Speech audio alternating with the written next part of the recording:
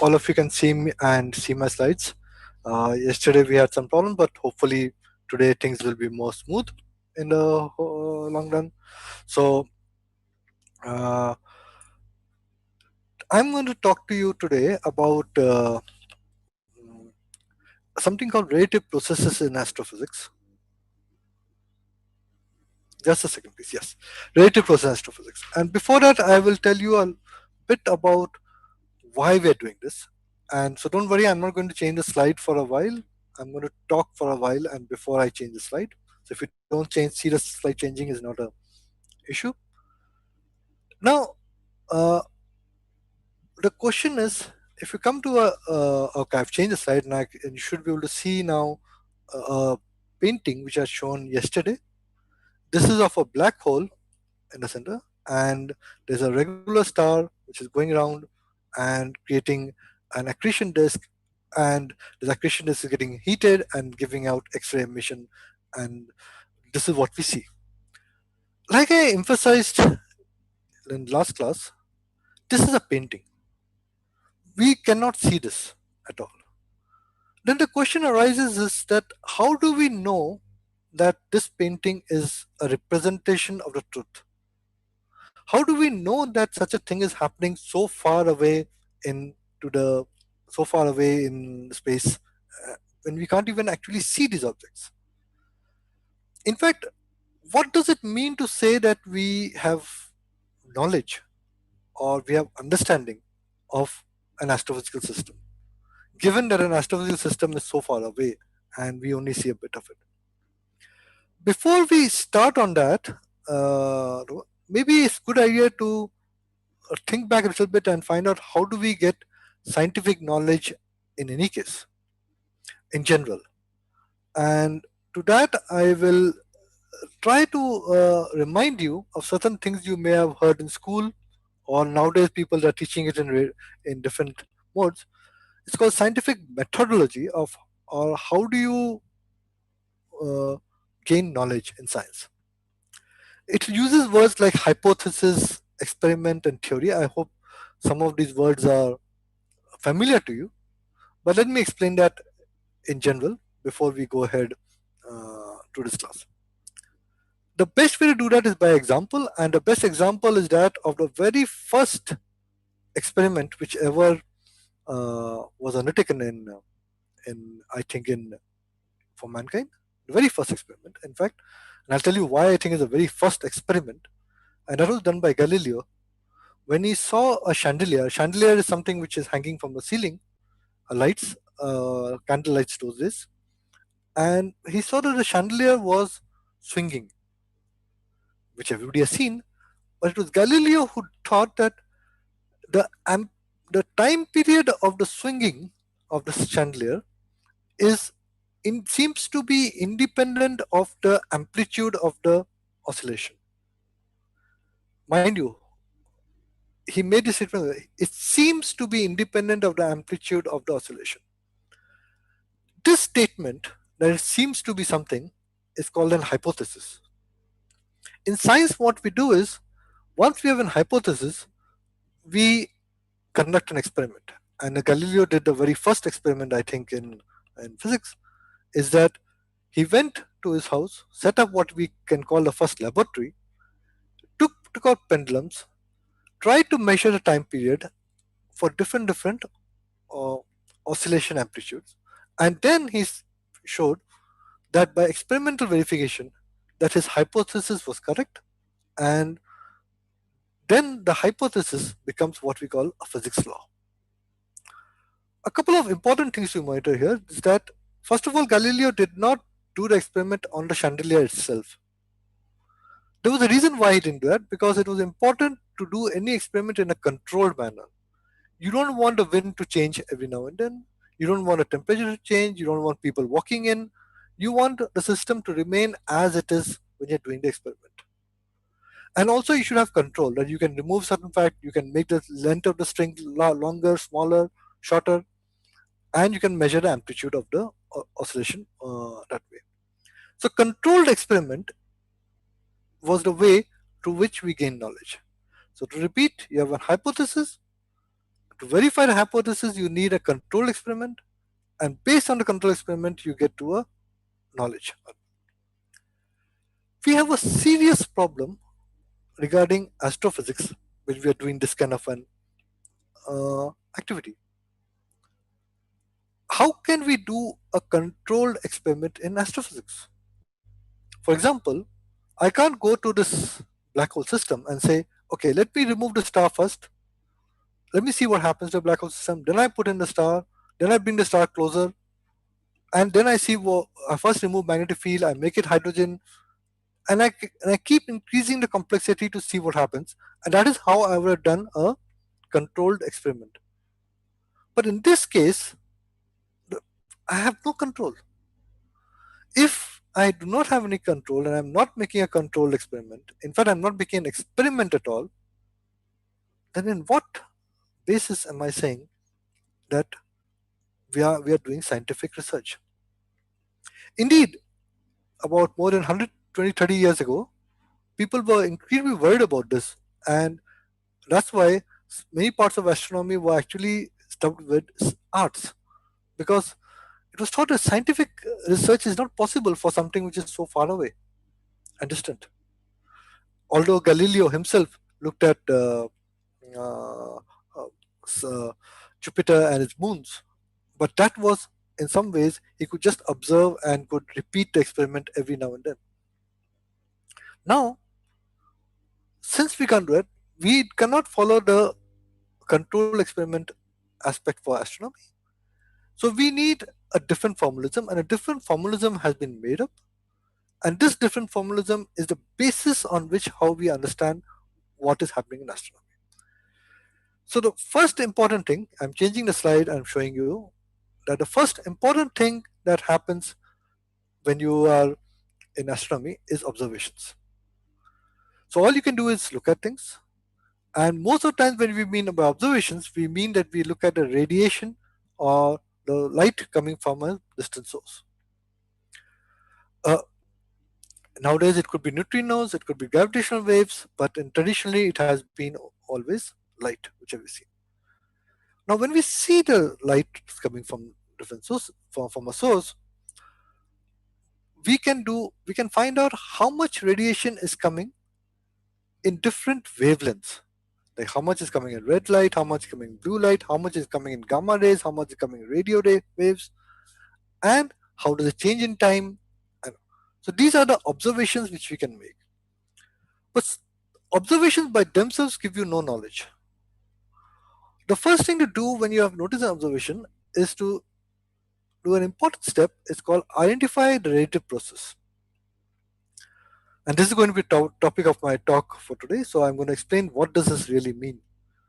This means that if I'm seeing a photon coming in, I have to identify what is the physical process by which this photon was produced.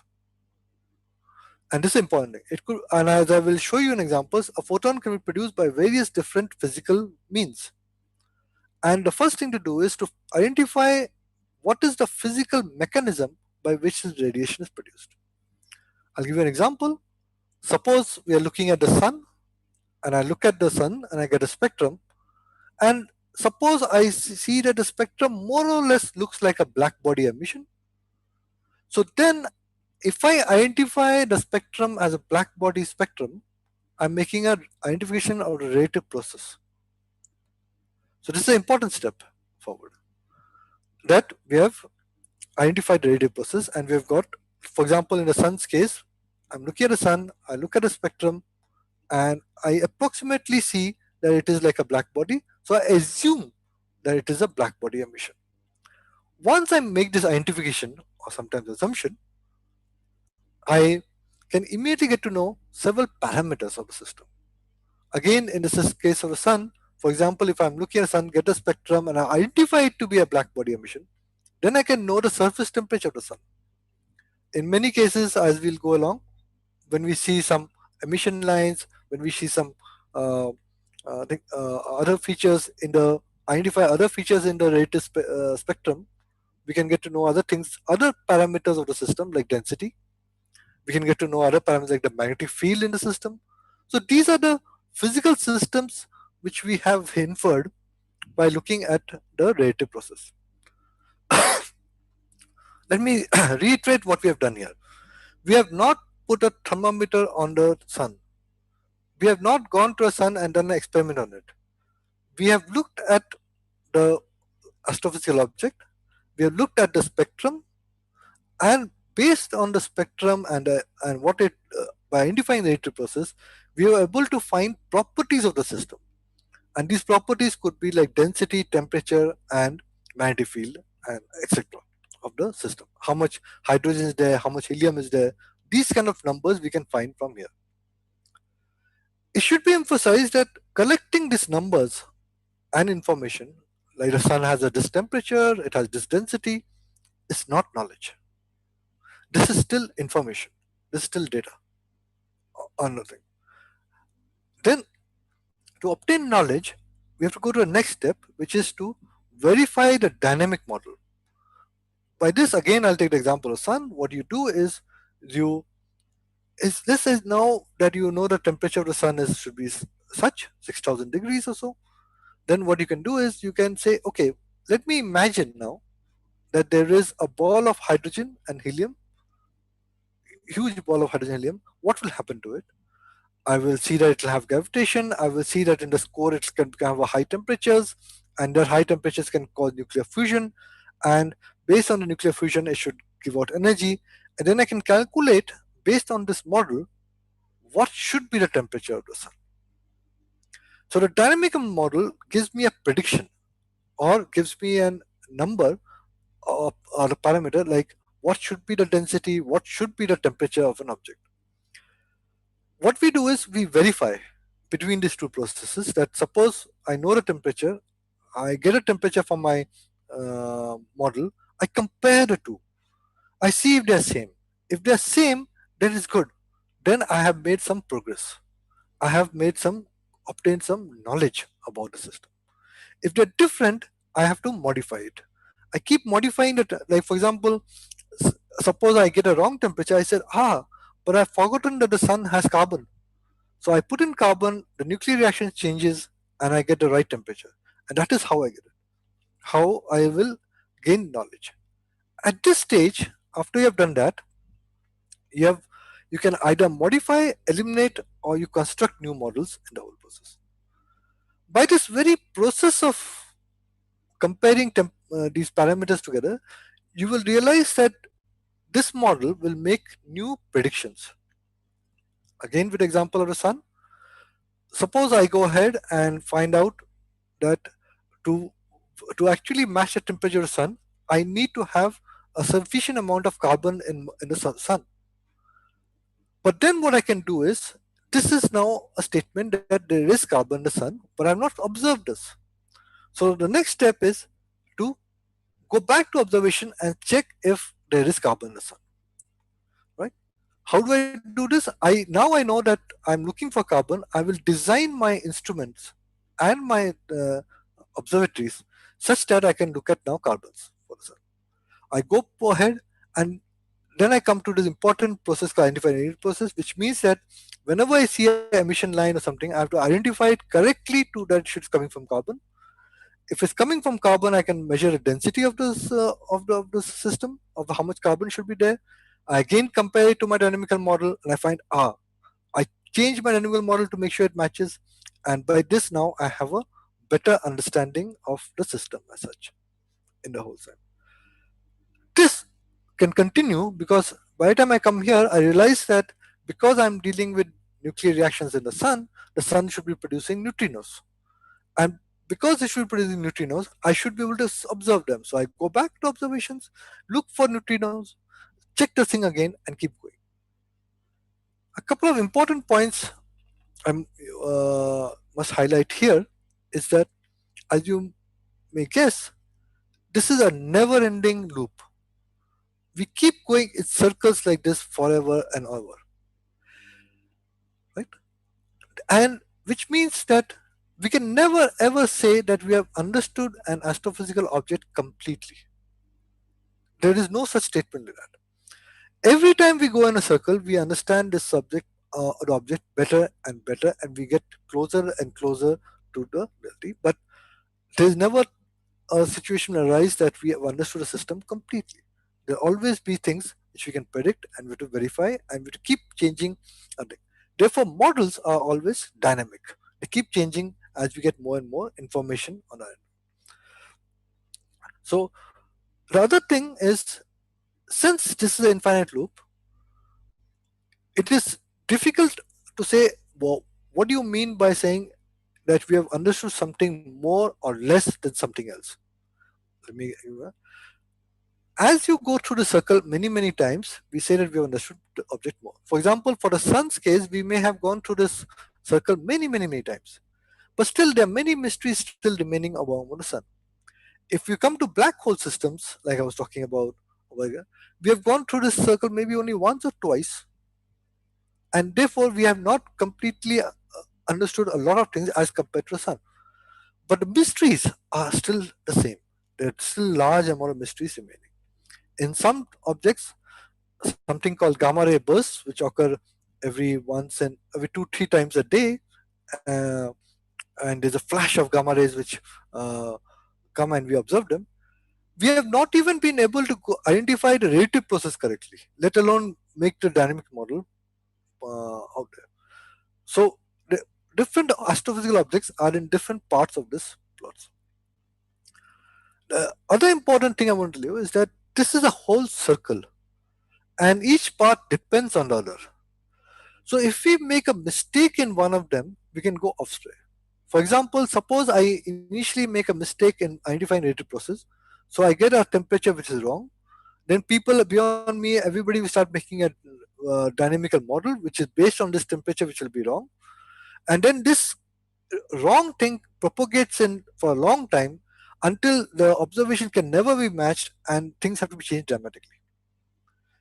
So it is very important for every person with steps to be very careful when doing this, so that if you make a mistake, it not only is a mistake in our part, it propagates towards all sciences later in learning. The final thing I want to say is on this plot is that in early days, about 100 years ago, there could be one single person like Edwin Hubble, Sir Arthur Eddington, who could do all these things himself. Or one person could do all these activities.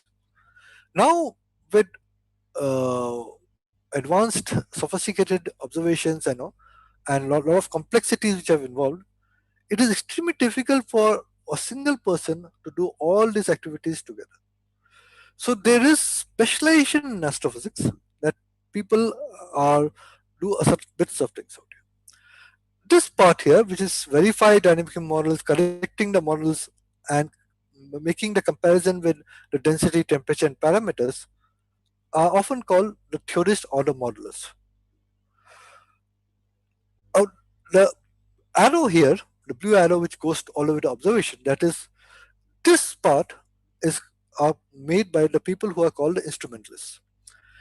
It- it's important to realize that the instrumentalist people directly talk to the theoreticians or the modelers, because every instrument has to be designed on the predictions based on the models which have been generated.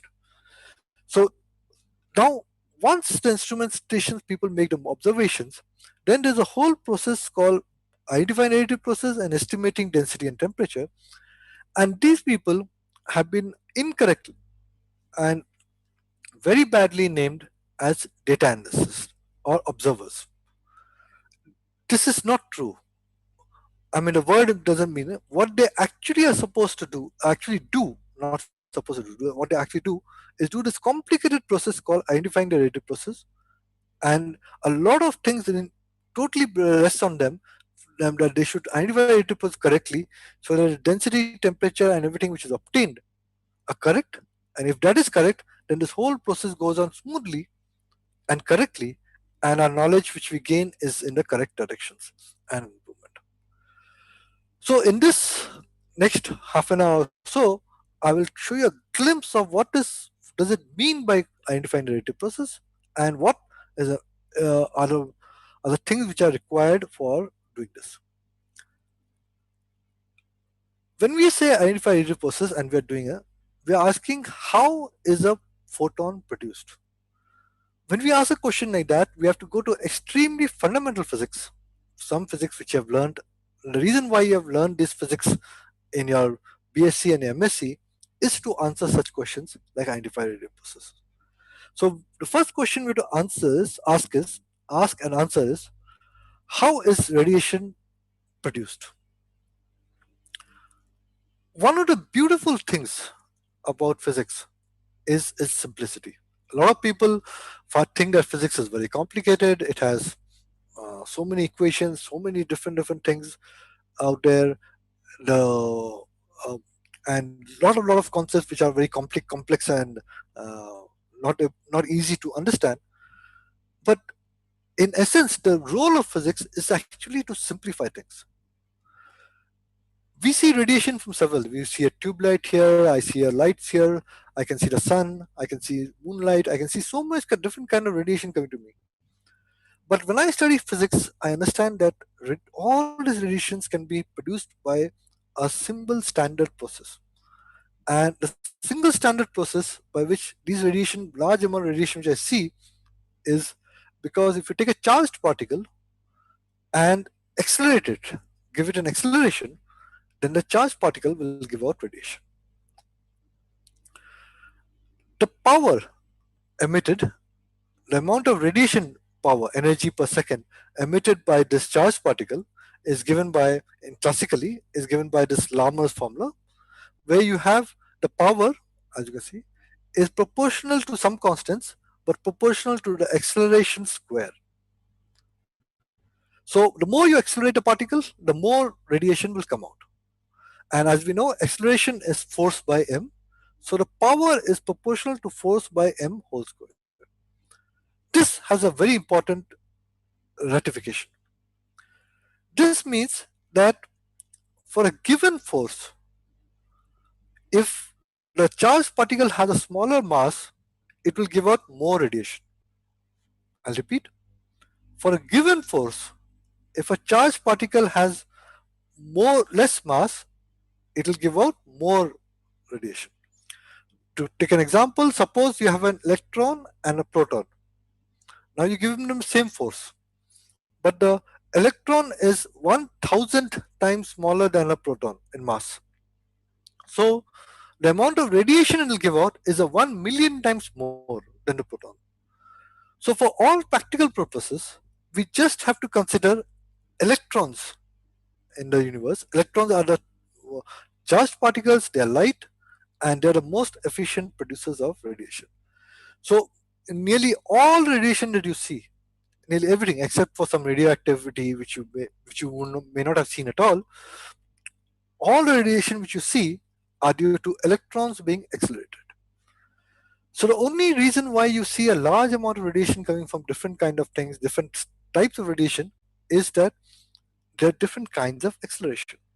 So again, we have to ask the question that what are the different ways by which an electron can get accelerated, and the different ways by which an electron gets accelerated produces different levels of radiation. Again, physics comes to our help. One would wonder that there are large different various means by which an electron can get accelerated, and this would mean that there's a very huge number of complex ways by which it can be done, but it's not true.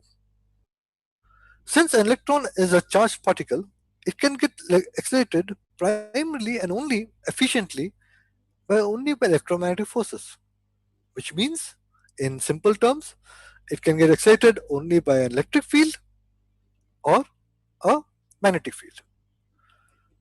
Now, electric fields in nature are very rare. That is why we humans have to work very hard to produce electricity. And electricity is unstable. Every time something happens, the electricity fails. Nature does not like electric fields. And as soon as there is some kind of electric field, what we have is a discharge, which in common language is called a lightning, and the electric field is nullified. So large scale electric field is rare and very short lived in uh, the universe. However, an electron can see a short range electric field. That is, an electron can see the electric field of a proton or a nucleus around. And when it sees the electric field of a proton or a nucleus, it gives out radiation. This can be classified into further two categories. One is when the electron is bound to the proton or nucleus. When electron is bound to the proton nucleus, then it is an atom. That is, it is in an atomic stage, and those radiation which comes out are called radiative transitions.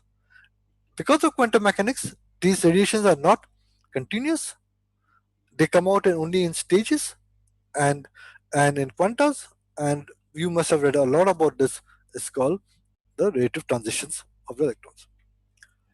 However, in many cases, an electron may not be bound to the proton. You could have a plasma where there's a sea of protons and another sea collection of electrons all going around each other or behaving under potential, but you cannot identify a single electron with that of a proton or a nucleus. This is called a plasma stage. So it is all free, all the electrons are in different. They are no longer in an atomic stage. Even if they are no longer in atomic stage, they do produce radiation because these electrons are being influenced by the protons. And because they are being influenced, this radiation is called Bremsstrahlung. Bremsstrahlung. This is a German word. It means breaking radiation because whenever an electron was pushed through a gas chamber, it was breaking. That is, it was decelerating. It gave out radiation and first noticed, and that's why this is called Bremsstrahlung emission. So, an electron which is near a proton or a nucleus can produce radiation in two ways, by radiative transitions and Bremsstrahlung. Although electric fields are not common in nature, on the other hand, magnetic fields are very common in nature. The Earth has a magnetic field, the Sun has a magnetic field, the Jupiter has a magnetic field, our galaxy has a magnetic field, and it is believed also that the entire universe may also have some kind of a magnetic field in it. Magnetic fields are everywhere. One of the biggest questions in science, in astronomy, is why is it that magnetic fields are everywhere?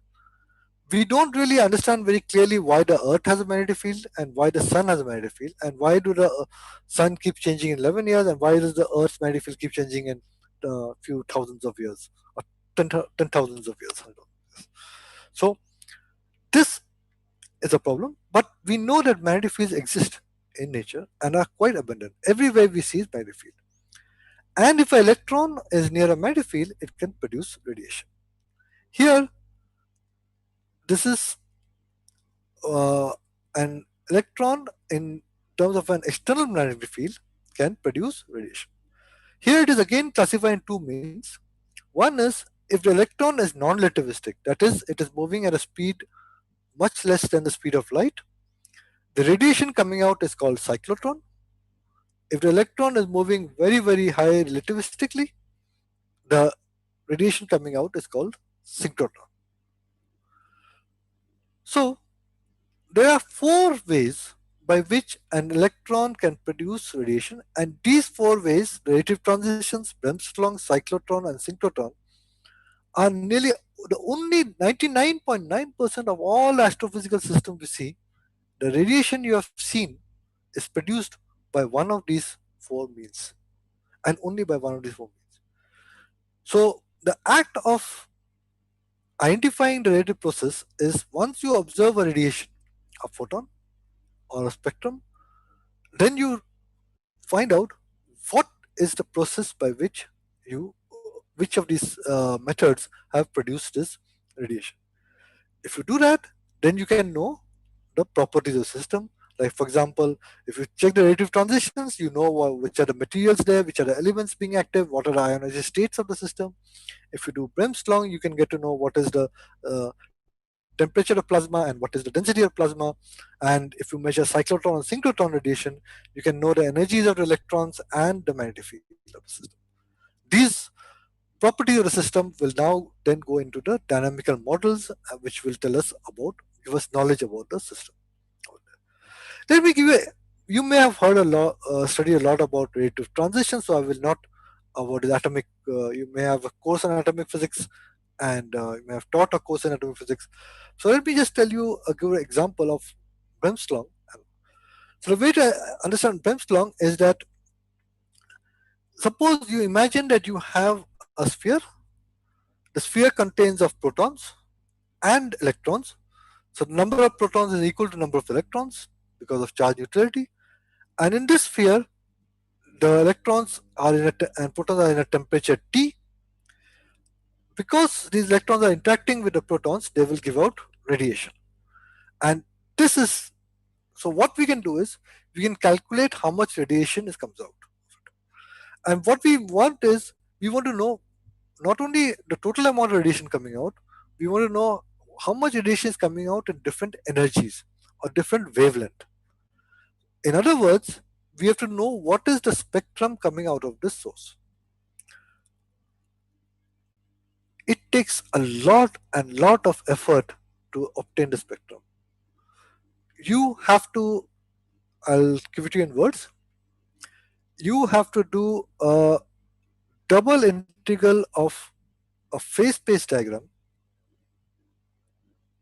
in uh, in vector format, sorry, phase space diagram in vector format, and you have to do use quantum mechanical limits to get the quantum mechanical effects to get the limits of your integrations to finally get this simple expression which I have put forward for you. This is the spectrum, and it depends on the density of electrons protons, which should be same. It depends on temperature and on the and on the frequency like this exponential h nu by kt. Just to explain how difficult this is, there is something here on blue, which is GFFTE nu. This small g is often used in physics, and this is called the Gaunt factor.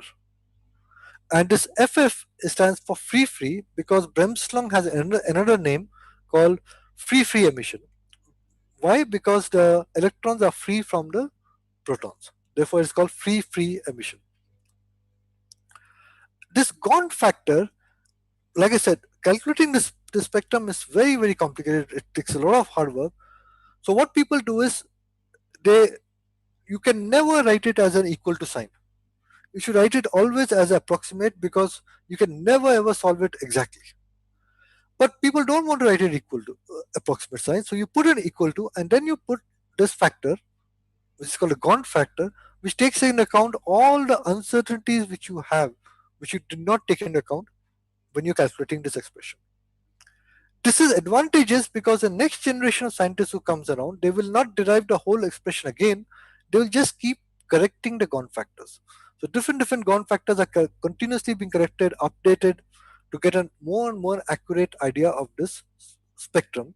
So more and more idea of what kind of a spectrum we will see if there was a plasma of electrons and protons, only electrons and protons in the gas and no atoms in there, just free electrons and protons, what would you see?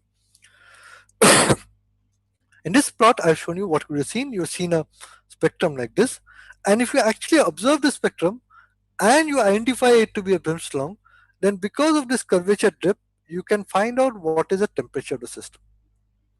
So a lot of work has gone in to just find the temperature of this gas. Why is this important? How does this work? Here is a image, or not real photographs, of a cluster of a galaxy. Look at this corner, which is the top right hand corner. These are galaxies, several galaxies, and these galaxies are close by together, and therefore they form something called a cluster. Because these galaxies are close by together, and the universe is not empty, universe has a small, tiny, faint amount of gas called the intergalactic medium. The intergalactic medium, or this gas form which is all over the universe, starts falling towards this cluster. So you have a collection of galaxies. These collection of galaxies are close to each other, so they have a little higher density in the universe among them. And because they have a higher density, they attract matter from rest of the universe, and this gas falls onto this cluster. When it falls, goes to the center of the cluster and heats up. And when it becomes hot, the left hand side image you see is an X-ray image, and we see that the hot gas image comes out, and the spectrum from this is a Bremsstrahlung emission. Because we can identify it to be a Bremsstrahlung emission, we can know the temperature of this gas. Now that we know the temperature of this gas, we have to do a dynamical modeling. So how do we do this? We go back to this cluster.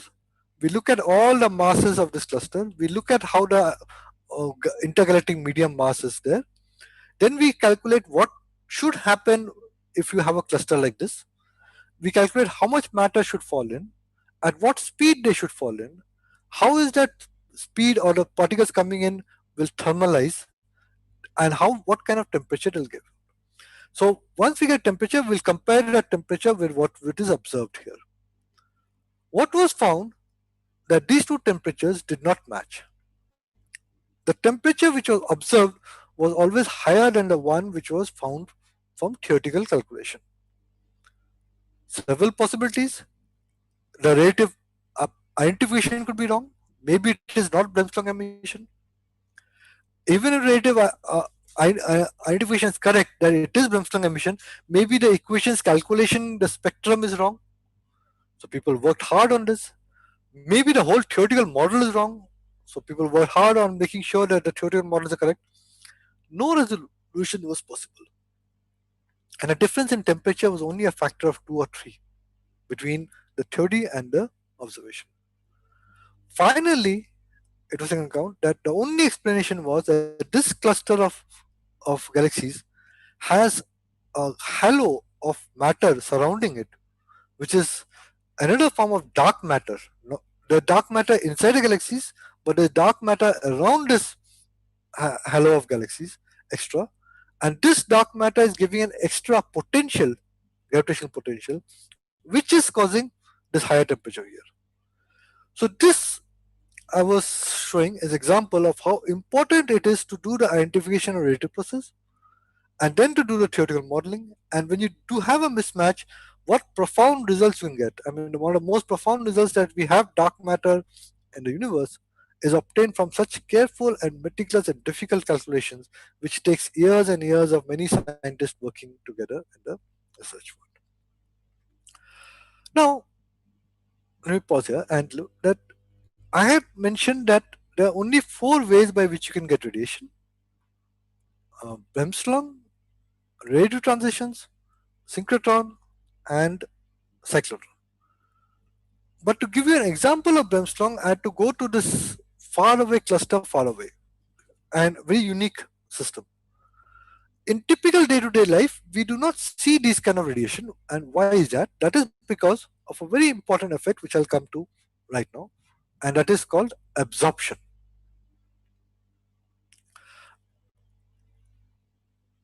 Sorry, absorption. You see, in physics, there's a very beautiful thing that all physics laws are time reversal. What does it mean? That means if you see an electron going by a proton and it produces a radiation, then in your mental mind, if this is like a movie, you can reverse the movie back. You can see the radiation coming in.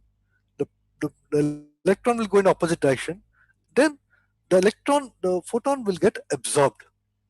Well, so every process by which a radiation is produced, if you reverse it in time, that process will be an absorption. That is, the photon will get absorbed by the electron and the proton. So absorption has to be a process for every radiation process. So for every emission process, there is always a corresponding absorption process in the whole thing.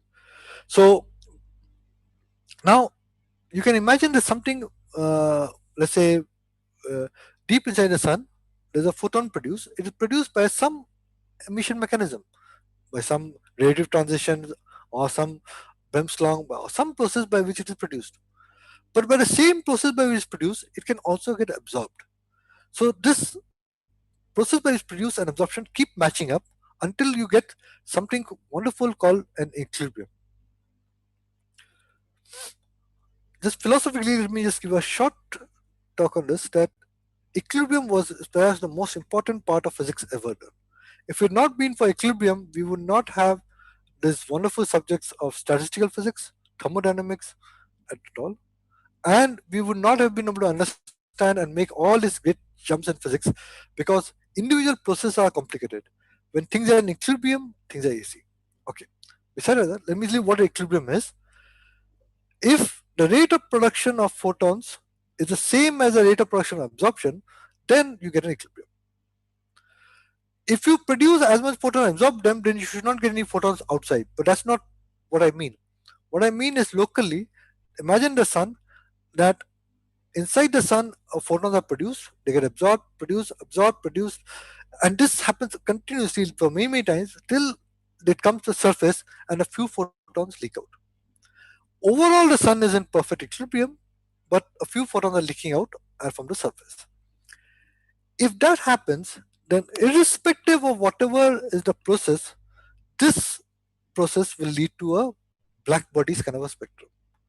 And this black body spectrum, if we see, we can now then measure the temperature of the sun. So the black body spectrum gives you the sun. So let's see now. I'll give you an example. If we start with a Bremsstrahlung emission, why did we see a Bremsstrahlung emission from the cluster star? Because once a photon was produced there, it did not get a chance to get absorbed. But if we make the density of this plasma higher and higher, it will start getting absorbed, and slowly in the lower energy bands, you start seeing absorption. And as you make it more and more dense, this Bremsstrahlung emission will now become a full-fledged uh, uh, blackbody emission. At different stages, if we catch this Bremsstrahlung emission, we can then find out what is the process by which we can find out the temperature, we can find out densities, we can find out a lot of information from this. There is one more way by which the an electron can get, radiation can get modified even after being produced. It can get modified by being absorbed, it can get modified by being scattered. And photon, when it is encounters an electron, it need not get absorbed, it can also scatter of it. And this is called Thomson scattering or Compton scattering, and it changes its energy slightly. I won't go through details of this, but let me skip through this part, that how do you calculate that. Let me come back to this point here, that when, suppose you have a black body emitter in red, it is surrounded, let's say, by a hot cloud which is in blue color. When a photon comes out, some of the photons will come out directly, some of the photons will scatter of the electrons. Now when they scatter of these electrons, they will change the energy. So the aspect that what we observed will not be this black body emission, but will be modified because of the scattering. Each time it scatters, it changes energy, and it's very by a certain amount and not by the same amount. It is a probability theory that it will either change energy or decrease energy, and it and also the photon we see, the energy of the photon will depend whether it's scattered 4 times or never at all, or multiple times, or only once or twice. This is a very complicated process, and it requires an integral differential equation in phase space density to solve it, which means, in other words, that it is very, very difficult to solve. In fact, it cannot be solved at all. So one way to solve it is by just by numerically sending out photons and doing that. That is very difficult. Finally, it was took a long time for people to find that you could solve it using an equation which you may have heard of, called the Fokker-Planck equation. And this Fokker-Planck equation is a partial differential equation in time and in energy. It's a complex equation to solve. You cannot solve it analytically. You have to solve it numerically, and it's only in small approximations can you solve it numerically. Let me give you an idea of how difficult this is. The first time this equation was solved, this equation was solved by a Russian scientist called Kompanit. And it was so important that in the Soviet Union, and this was done in 1948, the Soviet, at that time it was not Russia, but it was the Soviet Union, and the Soviet Union kept this equation as a top secret. It was not. It was only in 1957 and 58 when two Frenchmen also discovered this equation again, that the world came to know about this equation. But now we know that it is because of companies, and this equation is called companies equation. And for 10 years, it was kept as a close guarded secret, and many spies and agents have died or been at least arrested in order to get this equation from people. Why was it so important? Because this equation also describes how what we will observe when a atomic bomb blasts. So if you want to know the properties of atomic blast bomb, because you can't go and check it there, and you measure it only by seeing the radiation coming off it, you have to solve this equation to know what kind of properties has been happening and whether your bomb was successful or not successful. Hence, this was kept as a tight secret. But quickly in the 60s, 1960s and 70s, people found that this equation is much more useful and much more better used in astrophysics, and we use it very heavily. So, equation is complicated. So, if you have a black body system like this, surrounded by a hotter gas, what you would observe is this. You see this blue curve. I hope everybody can see the blue curve. The blue curve is the black body curve you have seen if there was no covering hot cloud of that system. However, if there is a covering cloud, then some of these energies, let's say some of these, the x-axis here is energy of a photon, and this is the number of photons. Y-axis is the number of photons coming in. This is a spectrum. Some of the photons move to the right, that is become high energies, and they'll form like the green line out here, green spectrum. So if I measure something like the green spectrum, I can actually find out, yes, there is a black body kind of a object in the center, and not only that, it is surrounded by this gas which is a hotter, and I can find the temperature of the black body, and I can also find the temperature of the hotter gas. I can also find what is the density of this corona or this cloud covering to that. As I increase the density, for example, the spectrum will change, and from this kind of a shape of spectrum, if you look at the green line, you can infer a lot of this. Incidentally, the reason I'm showing is that most black hole systems, X-ray binaries, show a spectrum just like this green line. And from here, we can infer that there is some kind of a black body emission, like a disk surrounded by this hot corona, and we try to find out what are the spectrums and emissions from there, and the whole thing out there, right? So, in essence, it's a very complicated business to find related processes, and but it is possible. And nowadays, with modern technology, we can do this. And all these calculations which I'm showing here are done in numerical computers, and we can now measure this. Use computers to compare what we predict in the spectrum with what we observe to get more and more accurate ideas about what the physical parameters of the system are. Now, let me come to the final bit of this thing, is that there's one more way by which an electron can produce radiation, and that is when the electron is in a magnetic field. Uh, as you may know, if you put an electron in a magnetic field, it will spiral around. Just as a side for all MSc students, everything, please always remember that you should be able to derive. If I wake you up from sleep, you should be able to derive immediately that the path of an electron in the presence of a magnetic field is a helical spiral path. This is a standard question everybody would like you to know, and the physics of it is very nice, so you should know that. So it goes around in circles or a spiral path, electron magnetic field, and when it does that, it is accelerating, and when it is accelerating, it gives out radiation. Now, if the speed of the electron is much less than the speed of light, this emission is monochromatic. That means it is sent out only in one frequency, and that is the frequency in which this electron is orbiting going or spiraling the magnetic field, and that is given there EB by MC, which is the uh, cyclotron frequency of this emission. In 1950s, nobody would have ever dreamt that if anybody talking about astrophysics would ever talk about something called cyclotron. There's a very good reason for this. I can put in numbers here. See, E, ME, and C are constants. B, magnetic field, is the only variable here.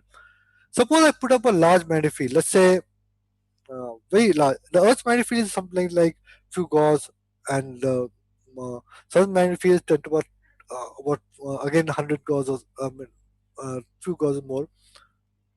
Suppose I put a large magnetic field, let's say 1 Tesla, 10 to the power 5 gauss, 10 to the power 6 gauss. The radiation coming out from there is so uh, the frequency of it is so small, the wavelength of it is so large that it is even below radio emission. It is like in the wavelength of this will come out in kilometers. There is no way you can ever observe such a radiation out there anyway. So there's no point looking at this kind of an object all, right?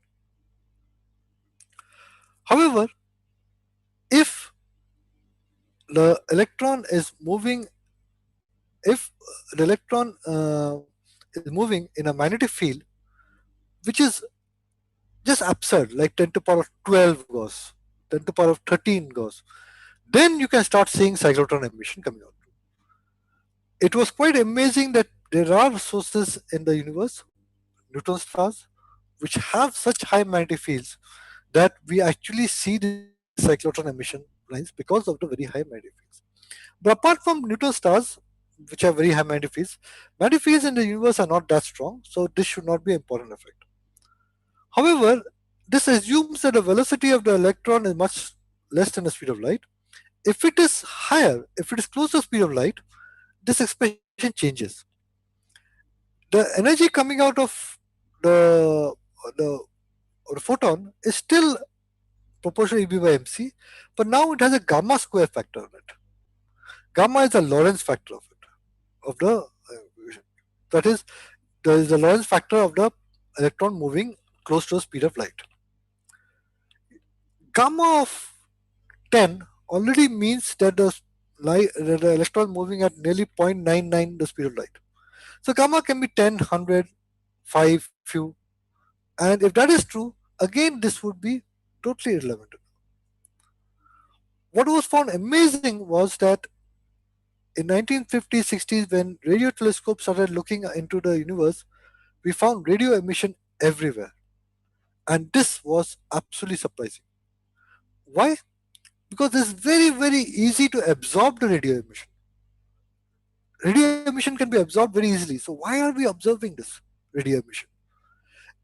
Is it because of Bremsstrahlung? We made a calculation is not possible. What kind of atomic lines? Do you know atomic lines which can produce radio emission? How can Bremsstrahlung?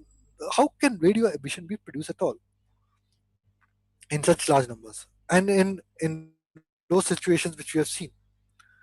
And what the one of the innovative solution was that it has to be synchrotron, and for synchrotron to work, this factor gamma should not be 5 or 10, it should be thousands, 10,000, gammas of 10,000. That means the electron must be moving at 0.99999 several times 9 the speed of light, very close to the speed of light. Highly energetic particles. How are these energetic particles produced? People made theories and everything, but we are still not certain how these particles are produced. But we know that these particles are there through the fact that we observe radio emission, that we know that these particles are so energetic that they cannot be in thermal state. They have to be in, that is, they will not have a Maxwell-Boltzmann distribution. The distribution is usually something like a power law. Like you have particles as a function of gamma, they form the power law. Why should it be a power law? Well, we observe them to be a power law. How do we know observe them to be power law? Because if we assume that there is a power law shape of particles like that, we can find what kind of a synchrotron spectrum they'll come, and that matches with some of our radio emission which we see. radio, and also in nowadays we are seeing the same things in X-rays and optical and other emissions, that we know that this kind of synchrotron spectrum is observed. Hence, we know that there is this kind of particles which form a paraboloid. They're called non-thermal electrons.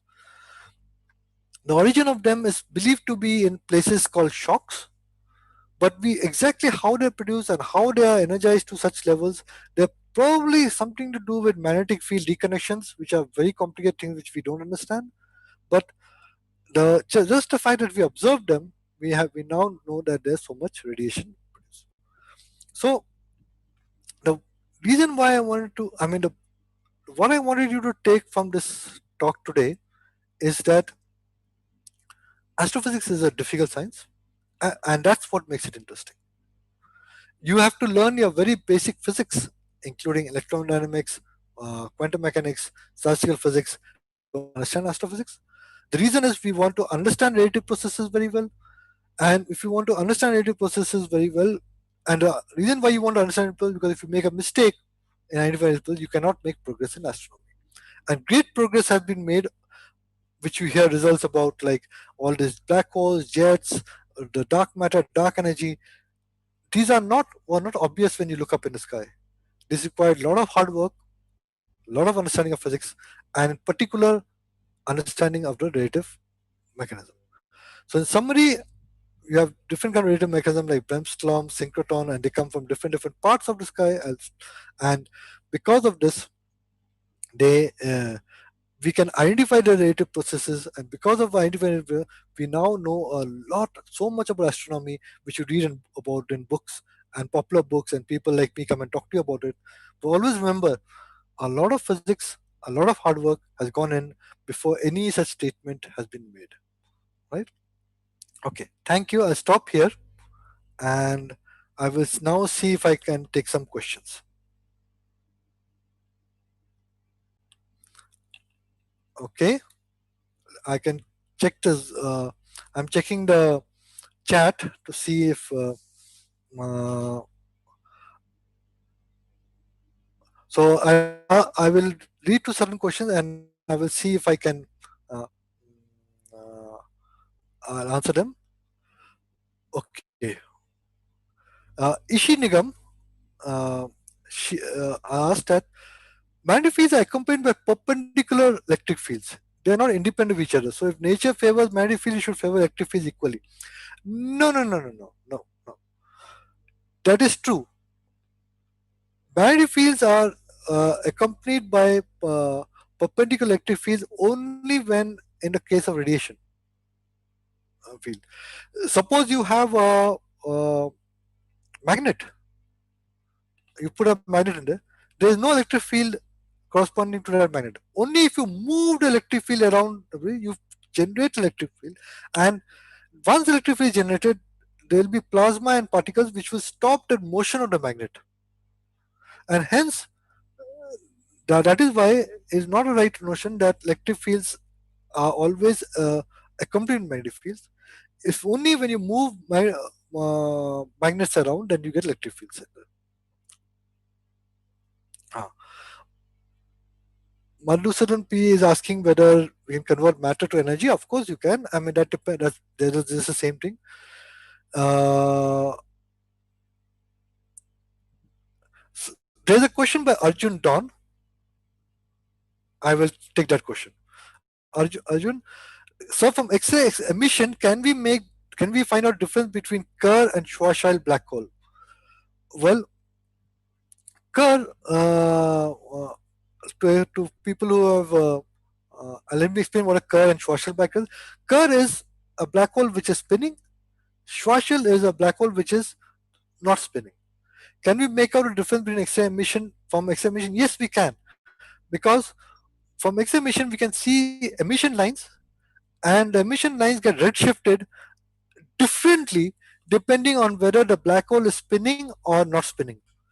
And depending on how the much redshift is, we can now find out whether the black hole is spinning or not spinning, or in that matter, whether the black hole is Kerr or Schwarzschild. And so we can do it, but everything has complications. There could be several other reasons why which you couldn't have redshifts. there could be several reasons why it could be broadened. It's not very clean results. One has to do theoretical interpretations. So we are still struggling with it. But most people believe now that we can find out whether a black hole is spinning or not spinning by X-ray emission. Uh, Varsha asks that in the example of Bremsstrahlung radiation, GFF, which is a Recurrent factor, is a function of TE. What is TE and how is it different from T? Sorry, that was a typing error. TE is the same as T. Uh, TE stands for temperature of electrons, which is which I should have put a T because the electron temperature is same as that of the protons. So I think I'm off with the things. There's a question about providing PDFs, and also let me ascertain that most people have not been able to. Please feel free to send me questions by email if you are. It'll take me a few days, but I will try to answer in that part. There. So now let me see uh, if I have a couple of more minutes. I will go back and see if I can uh, check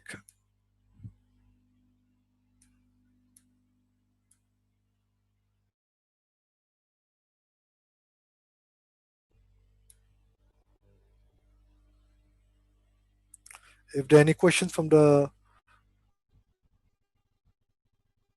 YouTube thing. Uh, Rinku Jacob has asked, what is the importance of the Fokker-Planck equation?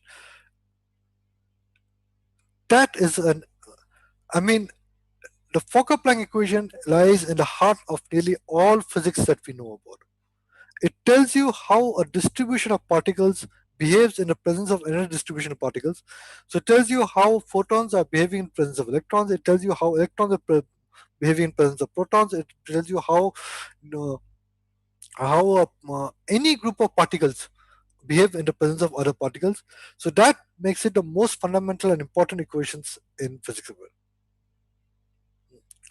Uh, Varun Patel has asked which type of source generates continuous spectrum and discrete spectrum, line spectrum, and why? See, discrete spectrum is a quantum mechanical thing or a cyclotron emission. So sources which are giving out radiation because of radiative transitions, because they have atomic structure and electrons are changing from different levels, give discrete spectrum, that is lines, emission lines. Sources like which are producing Bremsstrahlung or Synchrotron emission or their blend of emission lines, then they are continuous in the whole process. Cyclotron lines are discrete at their lines, while synchrotron spectrums are continuous because the uh, the way nature of synchrotron is that it doesn't come with a single emission line on there, right? Then I'll answer Gitika Mal's question: why should a density of electron part? If that comes back to my question, which is, suppose you have a gas of electrons and protons, and the density of electrons and protons are not same, then this whole object will be charged. And if it is big object, like this collection of cluster is charged, it will have an electric field. And if it has an electric field, as I told you, nature hates it. So nature will say stop electric field. So for example, if there are less electrons in this plasma, quickly electrons from outside will flow in and neutralize it. And finally, the number of electrons and protons will be the same order. Right? So I think I've answered all the questions from there. So let me, where did it go? Acro read. Okay. So if I think I can stop here now, unless I can, uh, anybody else has any other questions which I can see in the chat again. Let me see. What happened to the chat window now? Wait. Let me get it out. Uh, there's one last question. Is the M87 black hole curve Schwarzschild? How was it decided? Well, uh, when you look at the image of the thing, image of M87 is a galaxy nearby where we have actually observed the black hole from radio emissions. I mean, from infrared emissions. We can know from the radiation with the way it is oriented that there is a high possibility that this black hole is spinning. But the present modeling suggests that this black hole is spinning and hence it's a curved black hole. But I think we would still need to confirm it further by more observations of this same source again and more detailed spectral, more detailed imaging of this source. I hope that answered Abhishek's question. Okay, we are getting past time now, so maybe I'll stop here now.